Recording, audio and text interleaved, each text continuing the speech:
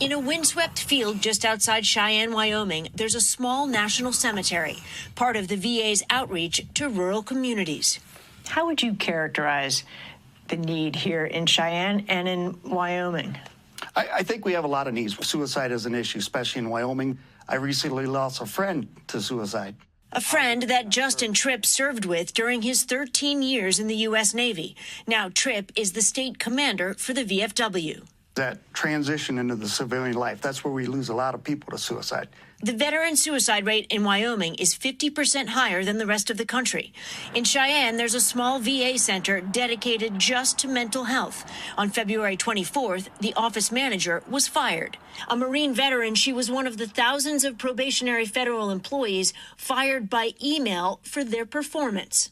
But a recent review obtained by NBC News was glowing. Her manager writing, as a veteran herself, she listens with empathy. She is the first person our clients come into contact with. I would be concerned with positions that are frontline positions that touch veterans every day. She was at the front door. Exactly, and that's where I would have concern.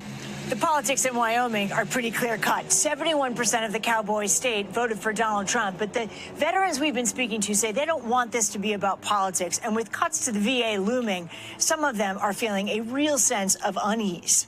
Last week, 2 federal judges ruled the firing of probationary federal employees was unlawful. But the VA has set a goal of cutting 60,000 to 80,000 more jobs. We're going to accomplish this without making cuts to health care or benefits to veterans and VA beneficiaries. Tripp says he would welcome more efficiency, but he hopes decision makers will visit Wyoming first. I think getting that personal touch would make a difference. The government, he says, needs to honor its contract with veterans. Why is it this country's responsibility to take care of those veterans? Because we served when called. We raised our hand when other people wouldn't. Stephanie Gosk, NBC News, Cheyenne, Wyoming.